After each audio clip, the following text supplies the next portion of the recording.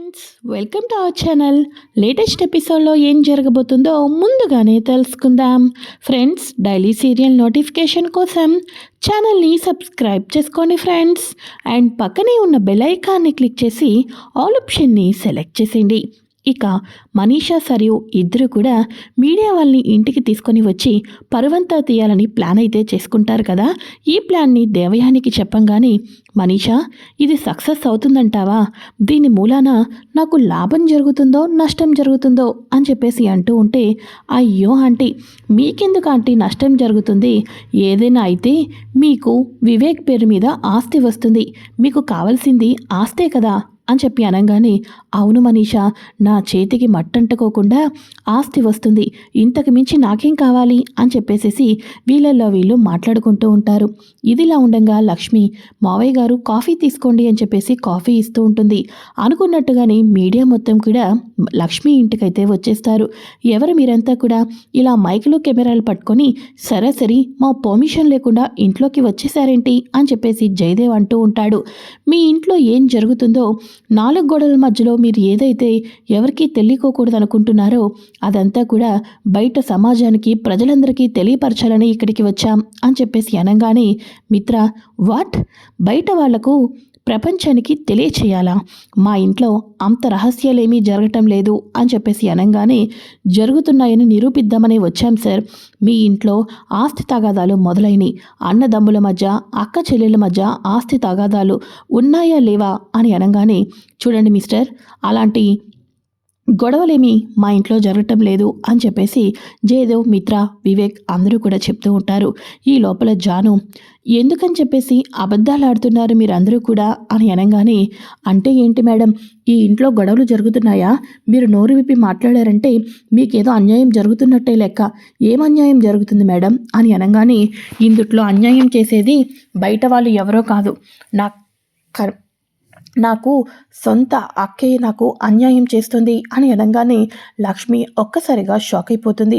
ఏంటి మేడం మీరు చెప్తుంది అని అనగానే, అవును, ఆస్తి విషయంలో నా భర్తకు సగం ఆస్తి రాసివ్వాలి, అది హక్కు కూడా. కానీ ఆస్తి ఇచ్చేదే లేదు అన్నట్టుగా మా అక్క మొత్తానికి కూడా వాళ్ళే అనుభవించాలని ప్లాన్ చేస్తుంది. 2 రోజుల్లో మా ఇద్దరికి కూడా ఆస్తి పంపకాలు జరగాలి. అది మా అక్కకు ఇష్టం లేదని మాకు స్పష్టంగా తెలుస్తుంది అని చెప్పేసి జాను అయితే చెప్తుంది. అంటే ఏంటి మేడం, ఇప్పుడు మీ ఇంట్లో ఇంతవరకు మునపటిలాగా అందరూ సంతోషంగా ఉన్నారు. ఇప్పుడు ఆ సంతోషం, ఆ ఆనందం దూరం అవటానికి లక్ష్మీ నందన్ గారే కారణమని అంటారా అని అనగానే, ఆఫ్ కోర్స్, అంతే, 100కి 100 పాళ్ళు అదే నిజం అని చెప్పేసి అంటూ ఉంటే, మేడం, అంతా మీ కోడలు గారే మాట్లాడుతున్నారు, మీరేమీ మాట్లాడటం లేదు. మీరు ఇప్పుడు చెప్పండి మేడం, అసలు ఏం జరుగుతుంది అని అనగానే, నిజం చెప్పాలి అంటే ఒకప్పుడు నేను నోరు విప్పి మాట్లాడలేదు. ఎందుకు అంటే పోనీలే పోనీలే అని అడ్జస్ట్ అయ్యాం. అప్పుడు నేను నా భర్త ఇలానే ఎందుకు ఎందుకు అని చెప్పేసి మాలో మేమే ఇబ్బందులు పడ్డాం, కానీ నోరు విప్పలేదు. కానీ ఇప్పుడు నేను నా భర్త ఇబ్బంది పడినవన్నీ గుర్తుకు వస్తున్నాయి. నాలాంటి బాధలు నా కొడుకు కోడలు బాధపడకూడదని, అలాంటి రోజులు వాళ్ళకు రాకూడదు అని ఇప్పుడు ఆస్తి పంపకాలు అడుగుతున్నాం. అప్పుడు నాకు అదే బాధ, ఇప్పుడు నా కొడుకు కోడలికి అదే బాధ అని చెప్పేసి దేవయాని చెప్పంగానే లక్ష్మి వాళ్ళందరూ షాక్ అయిపోతూ ఉంటారు. ఇక మీడియా వాళ్ళు ఎవరిని చెప్పినా కూడా అటు దేవయాని వాళ్ళు, అలానే ఇక జాను చెప్పిన మాటల్ని నోట్ చేసుకొని, ఇది అత్తా కోడలు ఇద్దరు కూడా వాళ్ళ మనసులోని బాధను బయటపెట్టారు కదా. ఆస్తి పంపకాల విషయంలో వీళ్ళకు అన్యాయం జరుగుతుంది. దీనంతటికీ కూడా ఫస్ట్ నుంచి లాస్ట్ దాకా అంతటికీ కూడా కారణం లక్ష్మీ మిత్ర గారే. ఆస్తి మీద వ్యామోహంతో అంత ఆలి అనుభవించాలని ఒకప్పుడు జయదేవ్ గారు తన తమ్ముడు భార్యను ఇబ్బంది పెట్టారు. ఇప్పుడు మిత్ర తన తమ్ముడు భార్యను ఇబ్బంది పెడుతున్నారు. అంతే కదా జయదేవ్ గారు అని చెప్పేసి జయదేవ్ దగ్గర మైక్ పెడుతూ ఉంటారు. ఆ పాటికి ఇదంతా లైవ్ టెలికాస్ట్ అవటంతో జయదేవ్కి పరువు పోయిందని చెప్పేసి ఎంతగానో బాధపడుతూ ఉంటారు. ఇలానే జయదేవ్కి క్వశ్చన్స్ అడగటం, ఇక పరువంతా పోయిందని చెప్పేసి లక్ష్మి మీద, మిత్ర మీద ఆస్తి గురించి నిందలు వేయటంతో అమాంతం జయదేవ్కి హార్ట్ అటాక్ అయితే వచ్చేస్తుంది. జయదేవ్ కింద పడిపోతాడు. ఇక వెంటనే లక్ష్మి, మావయ్య గారు మావయ్య గారు అని అంటూ ఉంటే మిత్ర వచ్చేసి, నాన్న నాన్న కళ్ళు తెరవండి నాన్న అని చెప్పేసి అంటూ ఉంటారు. ఇక వెంటనే లక్ష్మి, ఇక్కడి నుంచి మీరు వెళ్తారా వెళ్ళరా? మీ ప్రశ్నలతోటి మా మావయ్య గారికి హార్ట్ అటాక్ తెప్పించారు. ఇప్పుడు గనక మా మావయ్య గారికి ఏమైనా అయితే మీ మైకులు సమాధానం చెప్తాయా? మీ ప్రశ్నలు సమాధానం చెప్తాయా? చెప్పండి అని చెప్పేసేసి లక్ష్మి వాళ్ళను గసురుకుంటుంది. ఇక వెంటనే మిత్ర వచ్చేసేసి వాళ్ళ నాన్నను హాస్పిటల్కి అయితే తీసుకుని వెళ్తారు. ఇది ఫస్ట్ వచ్చే నార్మల్ జలక్ హార్ట్ స్ట్రోక్. ఇలానే ఇంకా ప్రెజర్ ఎక్కువైతే ఈయనకు హార్ట్ అటాక్ వచ్చే ప్రమాదాలు ఎక్కువగా ఉన్నాయి మిత్రానందన్. ఈయనకు వీలైనంత వరకు మానసికంగా ప్రశాంతంగా ఉండాలి. ఎటువంటి ఆలోచనలు ఉండకూడదు. హ్యాపీగా ఉండేటట్టు చూసుకోండి అని చెప్పేసేసి డాక్టర్స్ అయితే చెప్తారు. అలానే డాక్టర్ అని చెప్పేసేసి మిత్ర లక్ష్మిలు ఇద్దరు కూడా జయదేవిని ఇంటికైతే తీసుకొని వస్తారు. జయదేవిని ఇంటికి తీసుకొని వచ్చిన తర్వాత అప్పుడు మిత్ర ఒకే ఒకటి చెప్తాడు.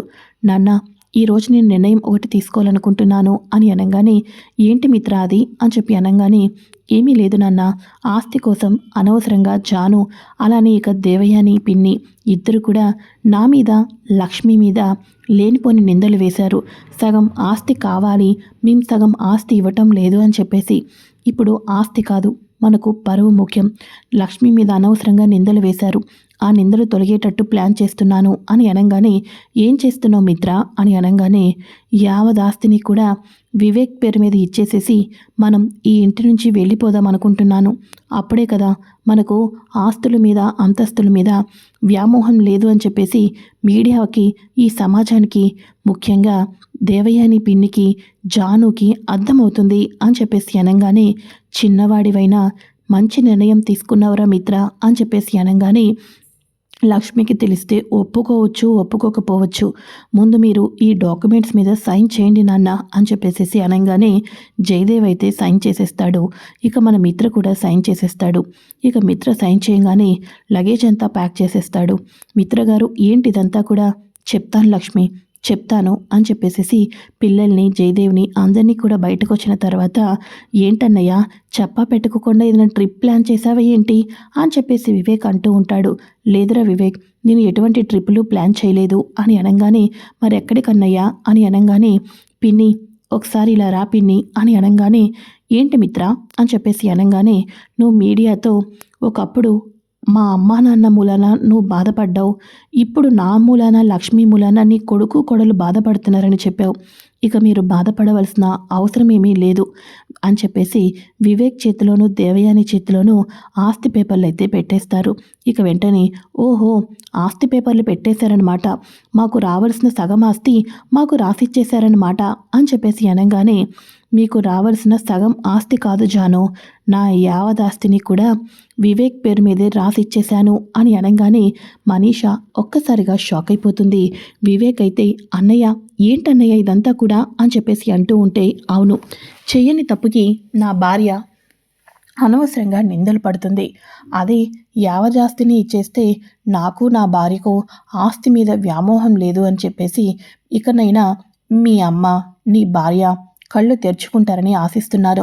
పదలక్ష్మి వెళ్దాం అని చెప్పేసి అనగానే, మిత్రగారు, నాకు తెలియకోకుండా మీరు మంచి నిర్ణయం తీసుకున్నారు. పదండి మిత్రగారు వెళ్దాం అని చెప్పేసేసి కట్టుబట్టలతో ఇద్దరు పిల్లల్ని తీసుకొని లక్ష్మి, మిత్ర ఆ ఇంటి నుంచి అయితే వెళ్ళిపోతారు. ఇదంతా చూస్తున్న వివేక్కి ఎంతగానో బాధ అనిపిస్తుంది. దయచేసి ఆగండి అన్నయ్య, పోనీ ఆస్తి పంపకాలు చేసుకుందాం, మీ వాటా మీది, మా వాటా మాది, అంతేకాని ఇలా నన్ను ఒక్కడిని చేసి వెళ్ళిపోవద్దన్నయ్య అని అంటూ ఉంటా. ఆ మాటల్ని ఏమీ పట్టించుకోకుండా కొట్లి పారేసేసి లక్ష్మి, మిత్ర, పిల్లలు, జయదేవ్ ఇంటి నుంచి బయటకైతే వచ్చేస్తారు. ఇక వెంటనే మన వివేక్ ఆస్తి పేపర్లను ముఖం మీద ఇసిరికొట్టి, ఇకనైనా మీరు సంతోషంగా ఉండండి, ఇప్పుడు మీ కడుపు నిండిందా? దేవతలాంటి అన్నయ్య వదులను ఈ ఇంటి నుంచి బయటకు పంపించేశారు, మీరు ఇంతకింత అనుభవించి తీరుతారు అని చెప్పేసేసి వివేక్ అయితే వెళ్ళిపోతాడు. ఇక వితిన్ సెకండ్స్లో దేవయాని అయితే ఆ పేపర్లను తీసుకొని, అబ్బా, అంటే ఆడ అన్నాడు కానీ ఈ ఇల్లు మొత్తం, ఈ యావదాస్తి మొత్తం ఇంత త్వరగా నా పేరు మీదకు వస్తుందని కలలో కూడా అనలేదు. మనీషా, నువ్వు వేసిన ప్లాన్ సూపర్ మనీషా అని అనగానే, మరేమనుకుంటున్నారా ఆంటీ అని చెప్పేసి అనగానే, పిచ్చి జాను ఇప్పుడుంది జానుకి ముప్ప తిప్పలు పెట్టి ఈ ఇంటి నుంచి బయట గెంటిచ్చేసి ముందు వివేక్తో విడాకులు ఇప్పించేసేయాలి. ఆ తర్వాత వివేక్కి ఒక కోటీశ్వరురాలైన సంబంధాన్ని తీసుకొని వచ్చి నా కొడుకుకి మంచిగా పెళ్లి చేస్తాను అని చెప్పేసేసి దేవయాని జాను క్యారెక్టర్ మీద నింద వేసి వివేక్ అసలే ఇప్పుడు జానుని అసహ్యించుకుంటున్నాడు కదా, ఇంకా పూర్తిగా అసహ్యించుకొని తల్లి చెప్పిన మాటే నిజమనుకొని జానుకి విడాకులు కూడా ఇచ్చే అంత ఇదిగా నిర్ణయాలు తీసుకునేటట్టు కావాలని ప్లాన్ చేస్తూ ఉంటుంది దేవయాని. ఇక తీరమెటో తెలియక గమ్యమెటో తెలియక అడుగులు వేసుకుంటూ వెళ్తూ ఉంటారు. ఇలా అడుగులు వేసుకుంటూ వెళ్తూ ఉండగా మీడియా మొత్తం తెలిసిపోతుంది కదా యావదాస్తి ఇచ్చేశారని చెప్పేసేసి. ఇలా యావదాస్తి ఇచ్చేశారని చెప్పేసిన తర్వాత లక్ష్మికి జయహమ్మర్ గారు అయితే కాల్ చేస్తారు.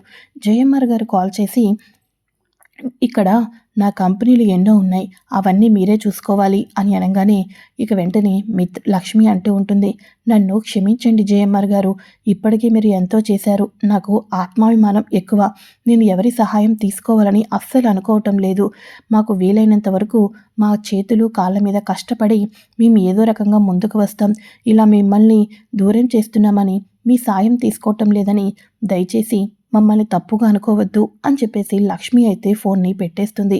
ఈ లోపల ఈ విషయం తెలుసుకున్న అర్జున్ లక్ష్మి మిత్ర వాళ్ళతో, చూడు లక్ష్మి, నీ గురించి నాకు బాగా తెలుసు కాబట్టి నీకు నేను హెల్ప్ చేస్తానో నా కంపెనీని చూసుకోమనో నేనేమీ చెప్పటం లేదు, కేవలం మీరు ఉండటానికి నా గెస్ట్ హౌస్ని మాత్రమే ఇస్తున్నాను, ఇదిగోండి తాళాలు, ఇక నుంచి మీరు ఎలా కష్టపడతారో ఏ నిర్ణయాలు తీసుకుంటారో మీ ఇష్టం, కాకపోతే పిల్లలతో ఉండటానికి ఒక ప్లేస్ కావాలి కదా లక్ష్మి, అందుకోసమే నా గెస్ట్ హౌస్ని ఇస్తున్నాను తీసుకోండి అని చెప్పేసేసి మిత్ర లక్ష్మీల వాళ్లకు ఒక చిన్న గెస్ట్ హౌస్ ఉంటే అర్జున్ ఇస్తాడు.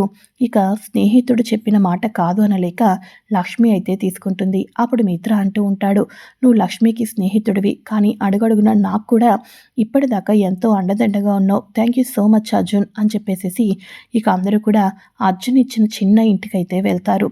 ఇక అప్పటి నుంచి కూడా లక్ష్మీ మిత్రులు కూడా జీవితంలో ఎలా ముందుకు వెళ్ళాలి అని చెప్పేసేసి మిత్ర అంత పెద్ద సీఈఓ, అంత పెద్ద చైర్మన్ అయినప్పటికీ కూడా యావదాస్తి ఇచ్చేశాడు, కంపెనీలన్నీ కూడా ఇచ్చేయటంతో ఇక ఏమీ చేయలేని స్థితిలో ఒక చిన్న జాబ్ అయినా వెతుక్కోవాలని చెప్పేసి ఇంటర్వ్యూకి వెళ్తాడు. లక్ష్మి కూడా జాబ్ వెతుక్కోవాలని ఇద్దరు కూడా చిన్న చిన్నగా జాబ్స్ చేసుకుంటూ పిల్లల ఫ్యూచర్ చూసుకోవాలని, పిల్లలకి మంచిగా చూసుకోవాలని చెప్పేసి పిల్లల ఫీజులు అవి ఇవి చూసుకుంటూ మిత్ర లక్ష్మిలు ఇక జీరో, ఇక ఫస్ట్ మెట్టు నుంచి కూడా మళ్ళీ లైఫ్ని మొదలు పెడుతూ ఉంటారు. ఇలా మెల్లమెల్లగా అంచెలంచెలుగా ఎదుగుతూ ఉంటే అక్కడ అత్త దగ్గర నుంచి జానుకి ఇక ఇబ్బందులైతే మొదలవుతాయి. ఇంతకాలం జాను ఎవరు అండదండలు చూసుకుని రెచ్చిపోయిందో ఇప్పుడు వాళ్ళే జానుకి 3 చెరువుల నీళ్లు తాగిస్తున్నారు. చివరాఖరకు జానుకి ఇదేంటీళ్ళు ఇంత ఇదిగా మారిపోయారు అనుకుంటూ ఉండగా జాను మీద నిందలు అపార్థాలు అన్నీ కూడా వివేక్ నమ్మేటట్టు చేసి జానుని ఆ ఇంటి నుంచి గెంటేటట్టు ప్లాన్ చేస్తూ ఉంటుంది దేవయాని. మరోపక్క అప్పుడప్పుడే ఎదుగుతూ దేనికే లోటు లేకుండా బతుకుతూ ఉన్న టైంలో అరవింద ఫారెన్ నుంచి అయితే ఎంట్రీ ఇస్తుంది. ఇక తను ఎవరికీ తెలియకోకుండా ఫారిన్లో బిజినెస్ చేసుకుంటూ ఎంతగానో చక్కగా లక్షలు టర్నోవర్ చేసుకుంటూ ఇక ఆ ఆనందంతో తిరిగి ఇండియాకి వస్తుంది. ఒక్కసారిగా మిత్ర వాళ్ళందరూ కూడా ఆ టర్నోవర్ అరవింద్ తీసుకొని వచ్చిన ఆ గిఫ్ట్ని చూసి హ్యాపీగా ఫీల్ అవుతారు. అరవింద్ రాకతో మిత్ర వాళ్ళు మళ్ళీ కూడా కోటీశ్వర్లాగా ఎదుగుతారు. మళ్ళీ lucky group of company start చేసి జీవితంలో ఎదుగుతూ ఉంటారు. మరోపక్క మనీషా దేవయానితోటి వివేక్ తోటి ఆ బిజినెస్లని ఈ బిజినెస్లని అన్నీ కూడా చేపిస్తూ వాళ్ళను ముంచేటట్టు ప్లాన్ చేసి మనీషా తన బ్యాంకు బ్యాలెన్స్ని అయితే పెంచుకుంటూ ఉంటుంది. ఈ రకంగా కోట్ల ఆస్తికి వారసులైన దేవయాని వాళ్ళు మనీషా చేతుల్లో చిక్కుకుపోయి ఆస్తి మొత్తాన్ని పోగొట్టుకుంటారు. అరవింద రాకతోటి హ్యాపీగా వీళ్ళు మళ్ళీ మునుపటిలానే కోటీశ్వరులు కాబోతున్నారు. ఇప్పుడు రోడ్డున పడబోతున్నారు దేవయాని వాళ్ళు. ఇక మన వివేక్ వాళ్ళు. మరి నెక్స్ట్ ఏం జరగబోతుందో తెలుసుకోవాలి అనుకుంటే ఫ్రెండ్స్ తప్పకుండా ఛానల్ని సబ్స్క్రైబ్ చేసుకొని పక్కనే ఉన్న బెల్ ఐకాన్ని క్లిక్ చేసి ఆల్ ఆప్షన్ని సెలెక్ట్ చేసేయండి. Thanks for watching friends. Bye.